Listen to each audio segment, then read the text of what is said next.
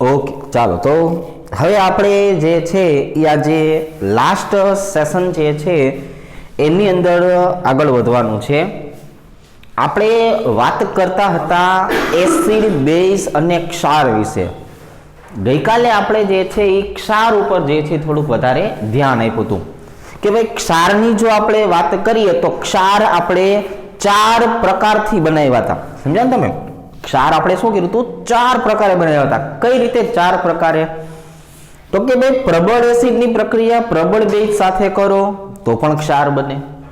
પ્રબળ એસિડની પ્રક્રિયા નિર્બળ બેઝ સાથે કરો તો પણ ક્ષાર બને. નિર્બળ એસિડની પ્રક્રિયા પ્રબળ બેઝ સાથે કરો તો પણ ક્ષાર બને. અને નિર્બળ એસિડની પ્રક્રિયા નિર્બળ બેઝ સાથે કરો તોય ક્ષાર બને. મતલબ એવો થયો કે આપણી પાસે અહીંયા જે છે એ ટોટલ કેટલા પ્રકારના થયા? ટોટલ 4 પ્રકારના જે છે એ ક્ષાર જોવા મળે છે. બરોબર છે? તો હવે આપણે આ જે 4 પ્રકારના જે ક્ષાર શીખાતા ને, હવે આપણે એ ક્ષારની દ્રાવ્યતા શીખવાની છે. જો અહીંયા આપણે લખ્યું ને ક્ષાર જે છે ક્ષારની દ્રાવ્યતા જે છે એ દ્રાવ્યતાના પ્રકાર. થોડુંક આપણે જે છે મોડિફાઈ કરીએ આને. બરોબર છે? ચલો તો હવે આપણી પાસે જે છે શું આવી ગયું? તો કે ક્ષાર જે આપણે બનાવ્યો તો એ ક્ષારની દ્રાવ્યતા જે છે એ દ્રાવ્યતાના પ્રકાર જે છે એ આપણે શીખવાના થશે. કે ક્ષાર જે છે બની ગયો છે પણ પાણીમાં નાખો તો ઓગળે કેટલો, એની તમે સાંદ્રતા કેટલી બનાવી શકો. એટલા માટે હવે આપણે આ જે ક્ષાર છે એને 3 ભાગમાં વહેંચી દેવાના. જો કેટલા ભાગમાં વહેંચી દેવાનું? 3 ભાગમાં. 1, 2 અને 3. હવે ઓગળે છે એની આધારે 3 પ્રકાર પડશે. કાં તો તમે આ ઘટકને પાણીમાં નાખો તો સંપૂર્ણ ઓગળી જાય. જો સંપૂર્ણ ઓગળી જાય તેને આપણે સુદ્રાવ્ય કહીએ. નાખ્યા ભેગું ઓગળી ગયું. બરોબર છે? તમે પાણીનો ગ્લાસ ભરો ને ચમચી ભરીને મીઠું લ્યો અને નાખીને આમ કરો કે નહીં, એટલે તરત શું થશે? મીઠું પૂરેપૂરું ઓગળી જશે. તો ઓગળી જવાનો મતલબ શું થયો? કે આ ઘટક છે એ સુદ્રાવ્ય ઘટક છે. હવે જો આપણે બીજા નંબરની વાત કરીએ તો આપણે એ જ વસ્તુ જે છે એને આપણે પાણીમાં નાખી છે, ખૂબ હલાવી છે, કાંઈ અસર થતી નથી. તો એનો મતલબ આને કહેવામાં આવે છે અદ્રાવ્ય. જો તો આને શું કહેવામાં આવે છે? અદ્રાવ્ય તરીકે ઓળખવામાં આવે છે. અને અમુક એવા પ્રકારના ક્ષાર હોય, અમુક એવા પ્રકારના ક્ષાર હોય કે જેને તમે પાણીમાં નાખો છો, ખૂબ હલાવો છો તો એનો અમુક એવો જથ્થો જે છે એ અંદર ઓગળે છે. જો આપણે આ વસ્તુ જોઈએ કે તમે જેટલી ક્વોન્ટિટી ઓગાળવા માટે લીધી હોય એટલી ક્વોન્ટિટી નાખો અને એ ક્વોન્ટિટીમાં શું જોવા મળે? ઘટાડો થયેલો જોવા મળે. ક્વોન્ટિટીમાં શું થયેલું જોવા મળે? ઘટાડો થયેલો જોવા મળે. તો આપણને ખબર પડે કે ના, આમાં થોડું ઘણું તો ઓગળ્યું છે. તો બસ આ જે થોડું ઘણું ઓગળેલું જે છે ને એને બોલવામાં આવે છે અલ્પદ્રાવ્ય. એને શું બોલવામાં આવે છે? અલ્પદ્રાવ્ય. વેરી ઇમ્પોર્ટન્ટ વસ્તુ થઈ જશે અલ્પદ્રાવ્ય. કારણ શું છે? કે જેને તમે પાણીમાં નાખો છો ને ઓગળી જ જવાનું છે, જે ઘટકો સુદ્રાવ્ય થઈ જ જવાના છે એના માટે તો આપણે કંઈ કહેવાના છીએ નહીં. જે ઘટક જે છે ને પાણીમાં નાખો છો હવે નથી જ ઓગળવાના તો આપણે કરશું શું? તો એના માટે પણ વધારે અભ્યાસ નથી કરી શકતા. તો આમાં જે ઇન્ટરેસ્ટેડ વસ્તુ જે છે એ કઈ થઈ? તો કે અલ્પદ્રાવ્ય ક્ષાર. શું થયું? અલ્પદ્રાવ્ય ક્ષાર. એટલે ઓગળું તો ખરા પણ કેટલું એ જાણવું આપણા માટે રસપ્રદ છે. એટલા માટે એની અંદર આપણે થોડી ઘણી વધારાની વસ્તુ જે છે એ શીખવાની થશે. બરાબર છે? તો હવે આપણે જે છે એ વાત કરવાની છે સુદ્રાવ્ય, અદ્રાવ્ય અને અલ્પદ્રાવ્ય. હવે સુદ્રાવ્ય ઘટક જે છે એની આપણે વ્યાખ્યા લખવી હોય તો શું કહેવાય? તો કે ભાઈ જે ઘટકોની દ્રાવણમાં સાંદ્રતા 0.1 મોલારિટી કરતા વધારે હોય તો એવા તમામ પ્રકારના જે છે એ ઘટકોને આપણે શેના તરીકે ઓળખવાનું છે? સુદ્રાવ્ય ઘટક તરીકે ઓળખવાનું છે. જો એક વખત ફરીથી, ઘટકોની સાંદ્રતા કેટલી હોવી જોઈએ? 0.1 મોલારિટી કરતા વધારે હોવી જોઈએ. તો આપણે આને જે છે એ સુદ્રાવ્ય ઘટક તરીકે ઓળખાવી શકાય. હવે આપણે વાત કરવી છે અદ્રાવ્ય. હવે આપણને ખબર કેમ પડશે કે આ અદ્રાવ્ય છે? તો લખશું કે ભાઈ જે ઘટકોની સાંદ્રતા દ્રાવણમાં 0.001 મોલારિટી કરતા જે છે કેવી છે? ઓછી. તો આપણે શું કીધું કે ભાઈ આપણી પાસે એવા પણ ઘટકો હોય છે કે જે ઘટકોની સાંદ્રતા જે છે એ સાંદ્રતા 0.001 મોલારિટી કરતા પણ ઓછી છે. તો આવા ઘટકોને આપણે શેના તરીકે ઓળખાવશું? અદ્રાવ્ય તરીકે ઓળખાવશું. મતલબ આમનો જથ્થો આપણે પાણીમાં ઓગાળી શકતા નથી. અને હવે આપણે આની વાત કરીએ કે ભાઈ અલ્પદ્રાવ્ય ક્ષાર કોને કહેવાય? તો અલ્પદ્રાવ્ય ક્ષાર આપણે એમ કહીશું કે ભાઈ જે ઘટકોની સાંદ્રતા દ્રાવણમાં 0.1 મોલારિટી કરતા ઓછી પણ 0.001 મોલારિટી કરતા કેવી છે? તો કે એના કરતા પાછી વધારે છે. તો આ બંને લિમિટની વચ્ચે વાળો જે ઘટક છે કે 0.1 મોલારિટી કરતા ઓછી પણ 0.00 મોલારિટી કરતા તો ઘણી બધી વધારે છે. તો આવા પ્રકારના ઘટકો છે એને અલ્પદ્રાવ્ય ક્ષાર તરીકે ઓળખવામાં આવે છે. ફરીથી એક વખત આપણે ક્ષાર તો બનાવી નાખીએ અથવા કોઈ ઘટક પણ બનાવી નાખીએ તો આ ઘટકોની દ્રાવ્યતા મોસ્ટ ઇમ્પોર્ટન્ટ વસ્તુ થઈ ગઈ છે. કેમ કે દ્રાવ્યતાને આધારે જ આપણે દ્રાવણ બનાવી શકીએ અને દ્રાવણ બનશે તો ક્યાંક વાપરવા જશું, નકર વાપરવા ક્યાં જશું?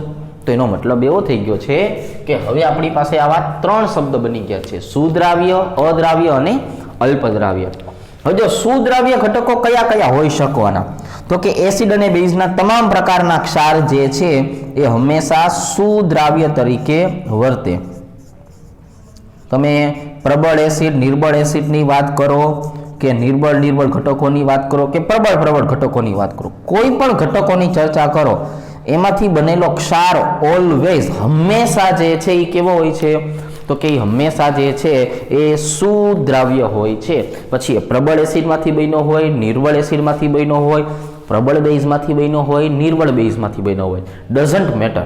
એની સાથે કોઈ જ લેવા દેવા નથી. મૂળ એ ઘટકને પાણીમાં નાખોથી ઓગળી જાય.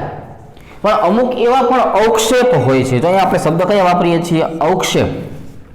કે જેને તમે ગમે એમ કરો તો પાણીમાં ઓગળવાના નથી. અને ખાસ કરીને સલ્ફાઇડ આયનના ઘટકો. જો સાંભળજો ભાઈબંધ, કયા ઘટકો?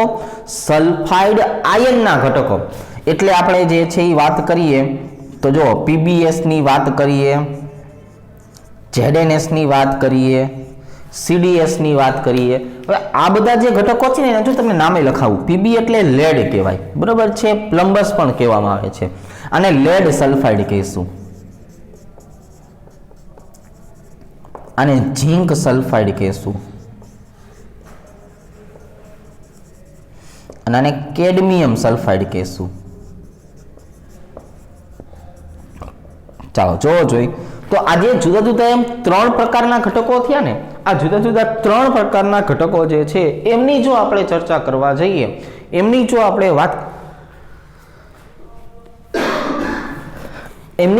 વાત કરવા જઈએ તો આ સલ્ફાઇડ પ્રકારના ઘટકો છે એને ગમે એમ કરીએ તો એ પાણીમાં આપણે એને ઓગાળી શકતા નથી. એટલે આ ઘટકો કયા થઈ ગયા? જેને આપણે અદ્રાવ્ય તરીકે ઓળખાવતા હતા. આ ઘટકો કયા થઈ ગયા?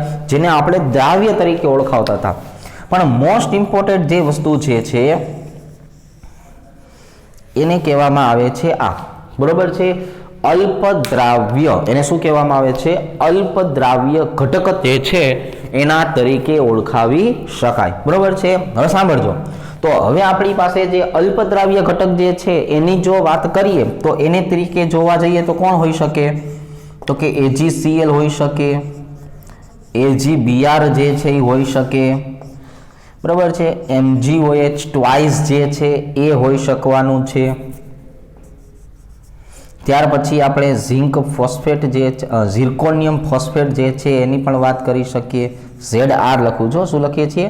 ZR3PO4 ટ્વાઇસ જે છે એ હોઈ શકવાનું છે.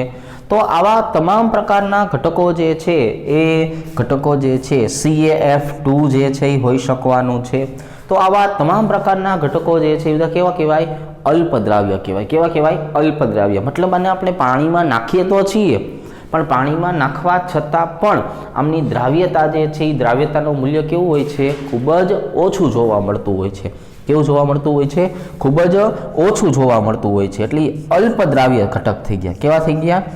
અલ્પદ્રાવ્ય ઘટકો. તો આ બધા જે છે એને આપણે અલ્પદ્રાવ્ય ક્ષાર જે છે એના તરીકે જે છે એ ઓળખાવી શકાય. બરોબર છે? ચાલો, તો આજનું આપણું આ જે પહેલું બોર્ડ હતું એની અંદર આપણે માત્ર વર્ગીકરણ શીખા કે ભાઈ દ્રાવ્યતા જે છે એ દ્રાવ્યતાને આધારે તમે એને જે છે એ કઈ રીતે સમજાવી શકો છો. દ્રાવ્યતાને આધારે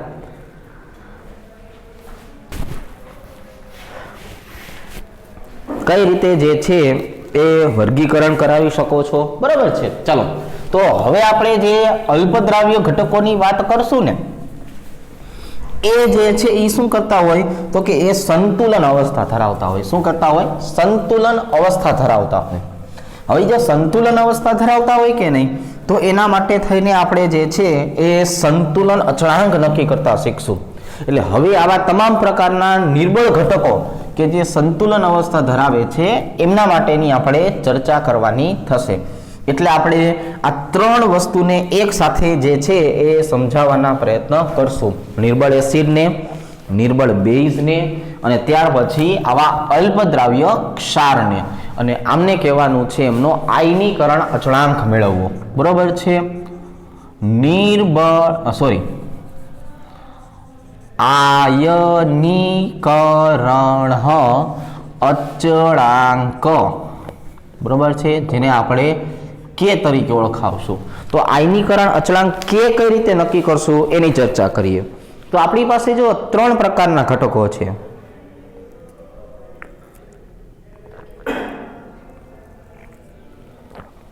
એક ઘટક નિર્બળ એસિડનો છે, એક ઘટક નિર્બળ બેઝનો છે, અને એક ઘટક હવે શીખાય એવો અલ્પદ્રાવ્ય ક્ષારનો છે.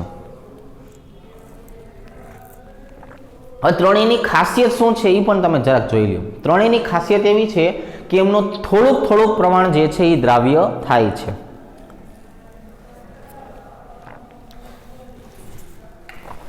અને જેટલું પ્રમાણ જે છે એ દ્રાવ્ય થાય છે કે નહીં, એટલું જ પ્રમાણ જે છે એ સંતુલન જે છે એ સંતુલન ધરાવે છે. એટલે પહેલા હું આને જે છે એ ત્રણ ભાગમાં જે છે એ વહેંચી દઉં. જો સાંભળો કઈ રીતે હું તમને સમજાવવા માંગુ છું એ જોવો. અહીંયા મારે વાત કરવી છે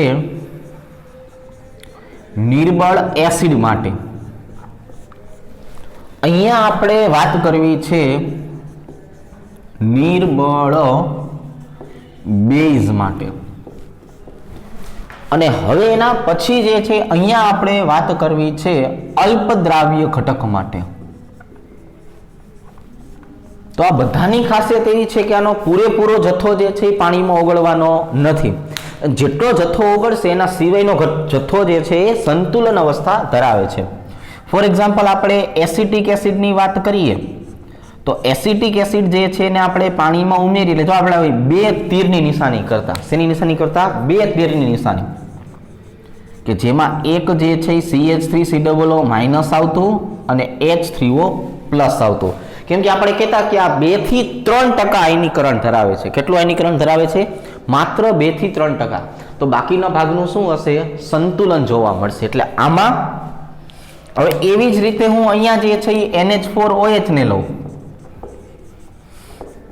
NH4OH ને પણ જ્યારે તમે પાણીમાં નાખશો તો એમાંથી પણ આપણને શું જોવા મળશે? NH4 plus OH minus. એમાં પણ બે તીરની નિશાની. આ પણ 2 થી 3% આયનીકરણ પામે છે. તો બાકીનો જથ્થો જે વધેલો છે એનું સંતુલન જોવા મળશે. એવી રીતે આપણે અહીંયા AgCl લઈ લઈએ કે ભાઈ AgCl જે છે એને જો આપણે પાણીમાં નાખીએ, AgCl જે છે એને જો પાણીમાં નાખીએ આવી રીતે વત્તા H2O, તો અહીંયા આપણને જે છે શું મળી જવાનું છે? તો કે અહીંયા મળી જશે Ag પ્લસ અને Cl માઇનસ. બરોબર? તમને પાછું એ તો ખ્યાલ છે ને કે એમાં પાણી ન લખીએનો મતલબ શું થઈ ગયો કે એ એકવીય સ્વરૂપ દર્શાવે છે. જો અહીંયા હું પાણી નથી લખતો એનો મતલબ શું થઈ ગયો? એ એનું એકવીય સ્વરૂપ થઈ ગયું.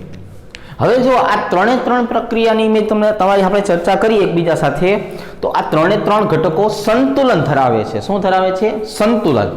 તો અહીંયા મતલબ એવો થયો કે હવે મારે આમના માટે થઈને જે છે એ સંતુલન અચળાંક જે છે એ નક્કી કરવાનો થશે.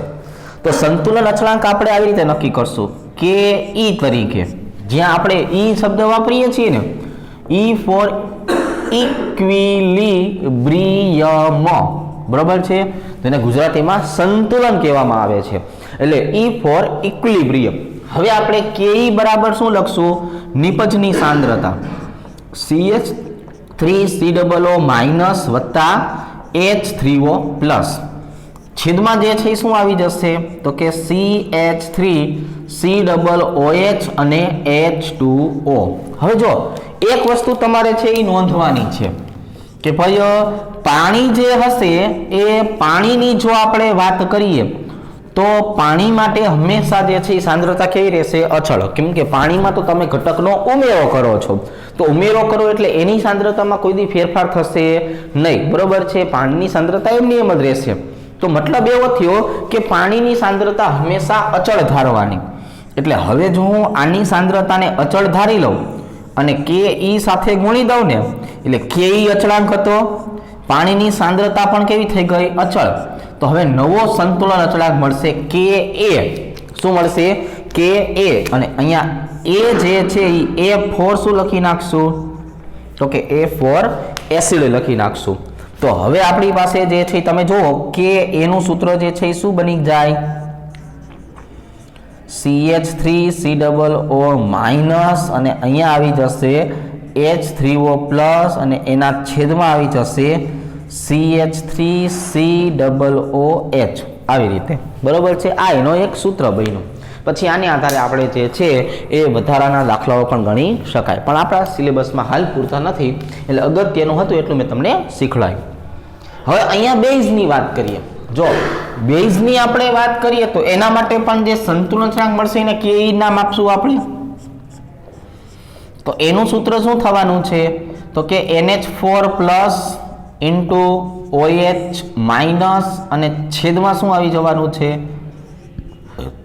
તો કે છેદમાં આવી જશે NH4OH. તો હવે અહીંયા જે છે મેં ડાયરેક્ટ શું કર્યું કે ઓલી જે પાણીની સાંદ્રતા હતી એને અચળ લઈ લઈએ. ચાલો એક વખત લખીએ. હવે જોવો જોઈએ આ જે પાણીની સાંદ્રતા જે છે એ પાણીની સાંદ્રતા તો કેવી હોય? તો કે અચળ. એને હું કે ઈ સાથે આમ ગુણી નાખું એટલે કે ઈ ગુણ્યા H2O. તો એના કારણે હવે આપણને શું મળવાનું છે? તો કે એના કારણે હવે આપણને મળવાનું છે કે બી, જ્યાં બી ફોર બેઝ આપણે લખશું. શું લખશું? બેઝ. બેઝની જો આપણે વાત કરતા હોય, આ એસિડ ઓલો બેઝ, બરોબર. તો હવે આપણી પાસે જો સૂત્ર જે છે એ કયું આવી ગયું? તો કે હવે આપણી પાસે સૂત્ર આવી ગયું કે બી. અને કે બી બરાબર શું લખી શકાય? NH4 plus into OH minus અને છેદમાં આવી જવાનું છે NH4OH. લ્યો, આ આપણી પાસે જે સૂત્ર બન્યું એ કોનું બન્યું? કે બી માટેનું બન્યું. હવે આ વાત કરવાની છે આપણે અલ્પદ્રાવ્ય ક્ષાર માટેની. શેના માટેની વાત કરશું? અલ્પદ્રાવ્ય ક્ષાર. તો અલ્પદ્રાવ્ય ક્ષાર જે છે એના માટે પણ આપણે તો મેળવવાનો તો શું થાય? તો કે આપણે પણ મેળવવાનું થાય સંતુલન અચળાંક. આપણે આના માટે શું મેળવવાનું થાય? સંતુલન અચળાંક મેળવવાનું થાય. હવે જો આપણે સંતુલન અચળાંક મેળવીએ એટલે આપણે આને જે છે એ શું કહી દેશું? કે ઈ. તો અહીંયા કે ઈ બરાબર શું કહી નાખશું? Ag plus aqueous into Cl minus aqueous છેદમાં શું આવી જશે? AgCl અને અહીંયા આવી જશે H2O. તો ફરીથી પાણીની સાંદ્રતા તો અહીંયા પણ કેવી હશે? તો કે અચળ જ હશે. એટલે આપણે એને કે ઈ સાથે ગુણી દઈએ. તો શું થયું કે કે ઈ ગુણ્યા આપણે પાણી કરશું H2O એટલે આપણને નવો અચળાંક મળશે કે SP મળશે. જો અહીંયા શું મળશે? કે SP મળશે, જ્યાં SP શબ્દનો મતલબ થવાનો છે સ્પેરિન્જલી સોલ્યુબલ, અને એનો મતલબ જે છે આપણે કહેવાનું છે સોલ્યુબિલિટી પ્રોડક્ટ. આ જે છે એને શું કહેવાય? સ્પેરિન્જલી સોલ્યુબલ ક્ષાર માટેનો સોલ્યુબિલિટી પ્રોડક્ટ. મતલબ જે છે હું તમને બેના ગુજરાતી નામ કહી દઉં. આનો મતલબ થાય અલ્પદ્રાવ્ય. સ્પેરિન્જલી સોલ્યુબલનો મતલબ શું થાય? અલ્પદ્રાવ્ય થાય. અને સોલ્યુબિલિટી પ્રોડક્ટ જે છે એનો મતલબ થાય દ્રાવ્યતા ગુણાકાર. એનો મતલબ શું થાય? દ્રાવ્યતા ગુણાકાર. એનો મતલબ હવે આમના માટે આપણે દ્રાવ્યતા ગુણાકાર જે છે એનું સૂત્ર લખવાનું. એટલે KSP બરાબર હવે આપણે જે છે એ શું લખી નાખશું? તો કે ભાઈ અહીંયા આપણે લખી નાખશું Ag plus into Cl minus, બરાબર છે, અને છેદમાં આવી જવાનું છે AgCl. અહીંયા છેદમાં શું આવી જશે? AgCl જે છે એ આવી જવાનું છે. ચાલો, તો આ આપણી પાસે જે છે એ ત્રણ પ્રકારના જે છે એ ઘટકો જે છે એમના માટેના સૂત્ર જે છે એ સૂત્ર બની ગયા છે, બરાબર. હવે જો નિર્બળ એસિડ, નિર્બળ બેઝ અને અલ્પદ્રાવ્ય ઘટક, આ ત્રણ માટે આપણે જે છે એ સંપૂર્ણ માહિતી તમને સમજાવી છે. હવે આપણે અહીંયા જે KSP શીખા કે નહીં, એ KSP જે છે એના મૂલ્યો મેળવવાના જે છે એ આપણને MCQ જે છે એ ખાસ કરીને પૂછાતા હોય છે. તો આપણે હવે જે છે એ બોર્ડ નંબર 3 ની અંદર KSP નું મૂલ્ય કઈ રીતે નક્કી કરવું એની ચર્ચા જે છે એ હવે પછી કરવાનું થશે. અને KSP નો મતલબ થશે દ્રાવ્યતા ગુણાકાર સાથેનો સંબંધ, જ્યાં આપણે શરૂઆતની સાંદ્રતા જે છે એને આપણે અચળ લઈને આગળ વધશું, બરાબર. એ તો સમજી ત્યારે ફરીથી એક વખત કહું છું.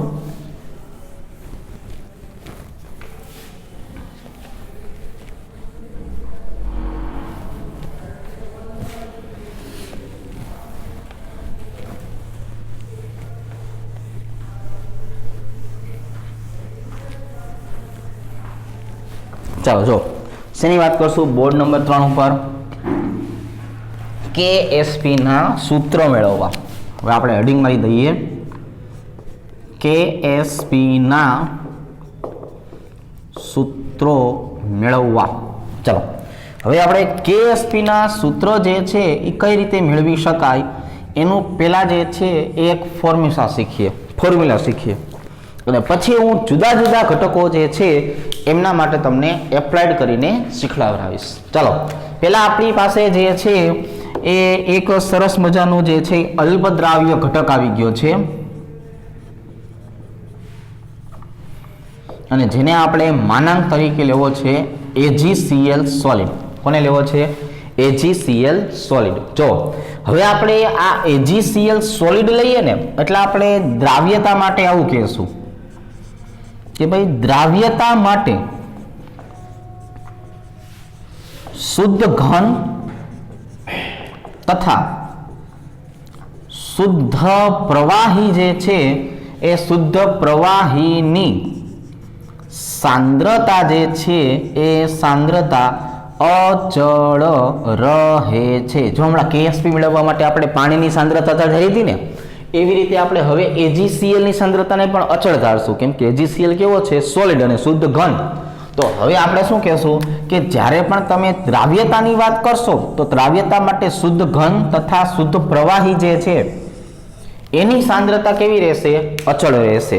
એટલે હવે જો હું ફરીથી તમને સમજાવવા જાઉં વ્યવસ્થિત રીતે કે AgCl સોલિડ વત્તા H2O લિક્વિડ, એમાંથી જે છે એ બને છે Ag પ્લસ એક્વિયસ, અને એમાંથી બને છે Cl માઇનસ એક્વિયસ. તો હવે આમનો જે છે એ આપણે શું લખવાનો?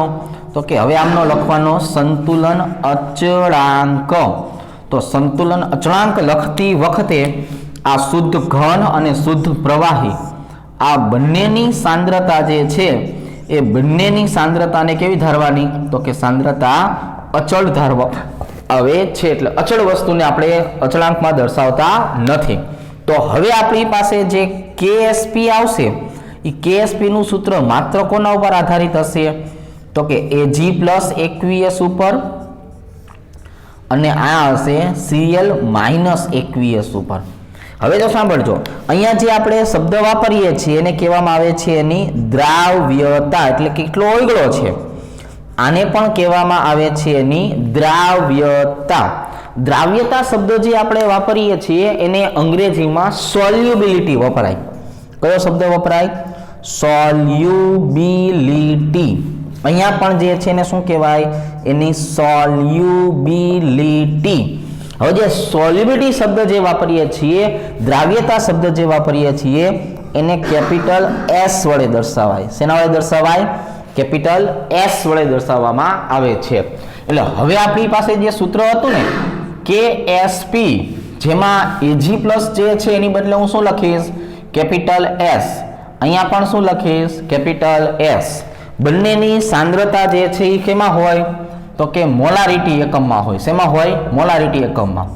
એટલે KSP બરાબર કહેવામાં આવે છે સોલ્યુબિલિટીનો વર્ગ, અને m2 m², એટલે આ m² જે મેં લખ્યું એ શું લખ્યું? એકમ। પણ KSP જે છે એનું સૂત્ર જે છે હવે શું મળી ગયું મને? S², દ્રાવ્યતાનો વર્ગ। એક વખત ફરીથી આટલી માહિતી જે છે એ સમજાવશું કે મારે હવે અલ્પદ્રાવ્ય ક્ષાર AgCl નું ઉદાહરણ જે છે એના ઉદાહરણ ઉપરથી તમને KSP ના સૂત્ર સમજાવવા છે। તો એક ખુલાસો શું કરશું આપણે કે દ્રાવ્યતા માટે શુદ્ધ ઘન અને શુદ્ધ પ્રવાહી જે છે એની સાંદ્રતા કેવી લેવામાં આવે છે? અચળ લેવામાં આવે છે। એટલે હવે આપણે અહીંયા જે છે એ જે એક સરસ મજાનું સમીકરણ લખ્યું, આ સમીકરણ જે છે એ સમીકરણની અંદર જે છે આપણે શું કર્યું કે આ સોલિડ અને આ લિક્વિડ હતું એટલે એની સાંદ્રતા જે છે એને કેવી કરી નાખી? અચળ જે છે એ અચળ ધારી લીધી। તો હવે આપણો KSP જે છે એ KSP નો આધાર માત્ર કોના ઉપર હતો? Ag+ અને Cl- ઉપર।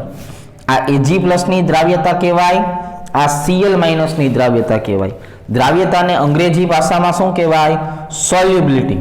અને સોલ્યુબિલિટી જે છે એટલે શેના વડે દર્શાવાય? કેપિટલ S વડે દર્શાવાય। શેના વડે દર્શાવાય? કેપિટલ S વડે દર્શાવાય। તો અહીંયા આપણી પાસે હવે KSP જે છે એના બરાબર શું આવી જશે? તો કે Ag+ ની બદલે સોલ્યુબિલિટી લખવાનું અને Cl- ની બદલે પણ સોલ્યુબિલિટી લખવાનું। એટલે હવે બની જશે સોલ્યુબિલિટી ઇન્ટુ સોલ્યુબિલિટી। એટલે અહીંયા KSP બરાબર શું થઈ ગયું? સોલ્યુબિલિટીનો વર્ગ। પણ હવે અહીંયા તો બંનેના એક જ મોલ હતા। મોલ સંખ્યા જુદી જુદી હોય તો શું કરવાનું? જો ફોર એક્ઝામ્પલ આપણે જે છે એ વાત કરીએ MX2 સોલિડની, જેને મારે પાણીમાં નાખવું છે H2O લિક્વિડ, તો આનું આયનીકરણ કઈ રીતે થાય? MX2 હોય તો આનું આયનીકરણ આવી રીતે થાય, 1m+2 aqueous વત્તા 2x-1 aqueous। જો આનું આયનીકરણ તમારે ભાઈબંધ આવી રીતે કરવાનું। તો હવે આ બંને ઘટકો જે છે એ સોલિડ અને લિક્વિડ હોવાથી કેવા કરી નાખ્યા આપણે? અચળ। તો આમની જે છે એ દ્રાવ્યતા જોવાની આપણે। તો આમની દ્રાવ્યતા જે છે એના માટેનું સૂત્ર જો આવું થશે, KSP બરાબર અહીંયા કેટલા ઘટક છે? 1। આ એકડો છે ને, મોલ 1, તો 1m+2 એની 1 ઘાત। અહીંયા કેટલા મોલ થયા? 2, એટલે 2x-1 એની 2 ઘાત। આવી રીતે કરવાનું। હવે આપણે તો શું શીખ્યા કે ભાઈ m છે એને પણ કેપિટલ S તરીકે ઓળખવામાં આવે છે, x ને પણ શું કહેવાય? કેપિટલ S તરીકે ઓળખાય। એટલે હવે આના KSP નું સૂત્ર મેળવવા માટે શું કરવાનું કે અહીંયા લખી નાખવાનો 1s એની 1 ઘાત, અને અહીંયા 2 મોલ હતા ને, જેટલા મોલ હોય ને એટલા s કરીને એટલી જ ઘાત લખવાની। બસ આટલું યાદ રાખવાનું, બરોબર? જો અહીંયા જે છે એ કેટલા મોલ હતા? 2, તો મેં શું કર્યું? 2s, અને જેટલા મોલ હોય પાછા ક્યાં જાય? ઘાતમાં જાય। એટલે શું કરી નાખવાનું? 1s ની 1 ઘાત અને 2s ની 2 ઘાત, બરોબર? હવે આનું સાદરૂપ આપીએ તો શું થાય? તો કે KSP બરાબર અહીંયા s નું s આવે એટલે s ની 1 ઘાત ગુણ્યા 2 નો વર્ગ કેટલો થાય? 4, અને અહીંયા શું આવે? s નો વર્ગ, s ની 1 અને s ની 2 એટલે ટોટલ કેટલી થઈ? તો કે KSP બરાબર 4s નો ઘન। અહીંયા આપણી પાસે હવે KSP ની કિંમત આવી ગઈ છે કે KSP ની કિંમત કેટલી થઈ જાય 4S નો ઘન। તો આપણે આ એક યાદ રાખવાનું છે મિત્રો, સાંભળી લો કે ભાઈ જેટલા મોલ હોય કે નહીં એટલા આયન અને એટલી ઘાત, બસ આટલું તમને યાદ રહી જાય તો આપણને KSP ના સૂત્ર મેળવતા આવડી જાય। તો હવે આપણે આવા સરસ મજાના જે છે એ KSP ના સૂત્ર મેળવતા શીખી જઈએ, બરોબર છે। થોડા ઘણા જે ઉદાહરણ હમણાં લખાતા કે નહીં એના ઉદાહરણ જે છે એને આધારે આપણે આવા દાખલાઓ જે છે એ ગણશું, બરોબર। ચાલો તો હવે KSP ના સૂત્ર મેળવવા જે છે એની વાત કરીએ।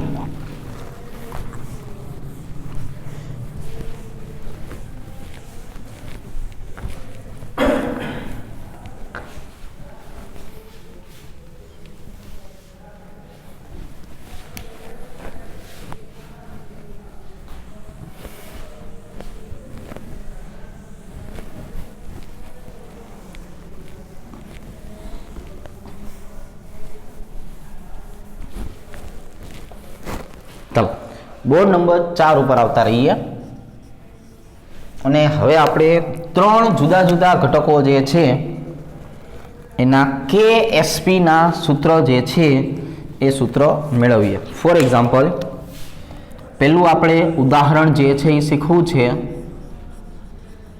AgBr સોલિડ માટે। બીજા નંબરની જો આપણે વાત કરીએ તો આપણે શીખવું છે CaF2 સોલિડ માટે, બરોબર છે। અને ત્રીજા નંબરે આપણે જે છે એ શીખવું છે ZR3PO4 ટ્વાઇસ માટે, ઝિર્કોનિયમ ફોસ્ફેટ। ત્રણેયના પહેલા નામ લખીએ। ચાલો આને કહેવાય સિલ્વર બ્રોમાઇડ, બરોબર છે। આને જે છે એ કહેવામાં આવે છે કેલ્શિયમ ફ્લોરાઇડ, આને કહેવામાં આવે છે ઝિર્કોનિયમ ફોસ્ફેટ, અને શું કહેવામાં આવે છે ઝિર્કોનિયમ ફોસ્ફેટ। હવે સાંભળતો, હવે આપણે આમના પહેલા સમીકરણ લખીએ કે AgBr સોલિડ વત્તા H2O લિક્વિડ, એટલે હવે આમાંથી તો પહેલા છૂટું શું પડશે Ag પ્લસ એક્વિયસ વત્તા Br માઇનસ એક્વિયસ। હવે આપણે તો શીખા ને કે આ જે સોલિડ જે છે એની સાંદ્રતા લઈ જ કેવી લેવાની તો કે અચળ। હવે અહીંયા આપણી પાસે જે છે KSP નું સૂત્ર શું બની જશે તો કે KSP નું સૂત્ર બનશે આવી રીતે કે ભાઈ Ag પ્લસ એક્વિયસ બનશે, અહીંયા Br માઇનસ એક્વિયસ બનશે। તો બંનેના એક જ ઘટક છે કે નહીં, એટલે આપણે શું કહેવાની એની એક જ ઘટક છે એટલે 1s ની 1 ઘાત, અહીંયા પણ એક જ ઘટક છે એટલે 1s ની 1 ઘાત। તો હવે આપણે જે છે KSP બરાબર લખવાનું થાય તો KSP બરાબર s અને s ની 1 ઘાતનો શું થાય તો કે ભાઈ 1 ઘાત જે છે એટલે એનો સરવાળો થઈ જાય, તો અહીંયા s ની 2 ઘાત।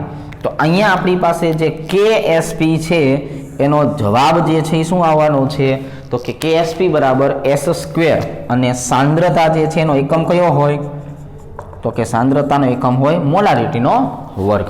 જો હવે કેલ્શિયમ ફ્લોરાઇડની વાત કરીએ તો શું કહેશું CaF2 સોલિડ જે છે એને પાણીમાં નાખીએ એટલે એનું આયનીકરણ થશે, એટલે એમાંથી એક જે છે એ શું બનવાનું છે Ca+2 એક્વિયસ અને વત્તા જે છે એ શું આવી જશે 2F માઇનસ એક્વિયસ, બરોબર આવી રીતે। હવે સાંભળજો, તો હવે આપણી પાસે અહીંયા જે છે એ ઘટક આવ્યા એમાં પાછી ચર્ચા કરવા જઈએ તો આ બંને ભાઈબંધ કેવા થઈ જશે તો કે સોલિડ અને લિક્વિડ અચળ।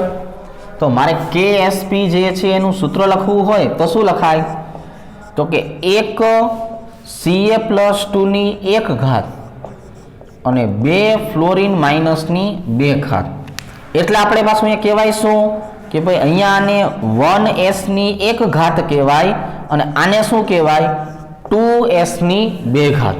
એટલે હજુ આપણે એક સ્ટેપનું સાદુરૂપ આપવું પડશે કે ભાઈ અહીંયા જવાબ શું આવશે s ની 1 ઘાત ગુણ્યા 2 નો વર્ગ કેટલો થાય 4 અને 4s નો શું થઈ જશે તો કે નો વર્ગ થઈ જશે। તો અહીંયા આપણી પાસે ઓવરઓલ જવાબ જે છે એ શું થઈ ગયો KSP બરાબર 4 તો કે 4 1 ઘાત અને 2 ઘાત એટલે કેટલી ઘાત 3 ઘાત। તો અહીંયા આપણી પાસે જવાબ આવે છે KSP બરાબર 4s નો ઘન। શું આવે છે KSP બરાબર 4s નો ઘન। ચાલો હવે ઝિર્કોનિયમ વાળું ઉદાહરણ છે એ જોઈએ। Zr3PO4 ટ્વાઇસ સોલિડ એને આપણે જે છે શેમાં ઉમેરવાનું H2O લિક્વિડમાં ઉમેરવાનું। એટલે અહીંયા તમે જુઓ આયનીકરણ કરો તો શું થશે તો કે ભાઈ 3 અણુ જે છે એ ઝિર્કોનિયમ +2 ના છૂટા પડશે અને વત્તા જે છે એ 2 અણુ જે છે એ કોના છૂટા પડશે PO4 -3 aqueous ના છૂટા પડશે બરાબર। તો KSP નું સૂત્ર આપણે લખવા જઈએ તો KSP માં આમનો તો સમાવેશ કરવાનો છે નહીં કેમ કે એ તો આપણા વિબંધ કેવા હોય અચળ। તો અહીંયા KSP બરાબર શું આવી શકે તો કે ભાઈ 3 ઝિર્કોનિયમ +2 ની 3 ઘાત અને અહીંયા આવશે 2 PO4 -3 ની 2 ઘાત। હવે મૂળ તો આપણે સલ્ફર જ ગોતવાના ને તો મૂળ આપણે જે મૂળ તો આપણે કેપિટલ S જ ગોતવાના। એટલે હવે આપણે અહીંયા જો કેપિટલ S જોવા જઈએ તો શું થાય તો કે 3 કેપિટલ S ની 3 ઘાત અને અહીંયા શું થઈ જશે 2 કેપિટલ S ની 2 ઘાત। હવે આમનો જે છે સાદુરૂપ આપણે આપીએ તો શું થશે તો કે 3 નો ઘન જે છે એ કેટલો થાય તો કે એની આપણે કિંમત જોવા જઈએ તો અહીંયા જે છે એ આપણે 27 લખી શકાય। એટલે 27s ની 3 ઘાત અને 2 નો વર્ગ જે છે એ કેટલો થાય 4 તો 4s નો વર્ગ કરી શકાય બરાબર। શું થયું 27s ની 3 ઘાત અને 4s નો વર્ગ। તો 27 ગુણ્યા આપણે 4 કરીએ એટલે 108 જવાબ આવે। કેટલો જવાબ આવે 108। એટલે KSP બરાબર 108 અને S કેટલા થઈ ગયા તો કે S થઈ ગયા 5। એટલે આનો જવાબ જે છે એ શું હશે KSP બરાબર 108s ની 5 ઘાત। તો દરેક વખતે આપણે જે છે એ શું સમજાયું તો કે દરેક વખતે આપણે ખાલી એટલું જ સમજાયું કે જેટલા આયન છૂટા પડે છે એટલા તમારે જે છે એ મોલ કરવાના અને એની તમારે ઘાતમાં મૂકી દેવાની। એને આધારે આપણે KSP નું સૂત્ર જે છે એ નક્કી કરી શકાય। તો આવી રીતે આપણે આજે જે છે એ આ છેલ્લું સૂત્ર જે છે એની સાબિતી આપેલી છે। અહીંયા આ સાથે આપણું ચેપ્ટર જે છે એ પણ આપણે પૂર્ણ જાહેર કરીએ છીએ। આવતીકાલે નવા ચેપ્ટર સાથે મળીએ।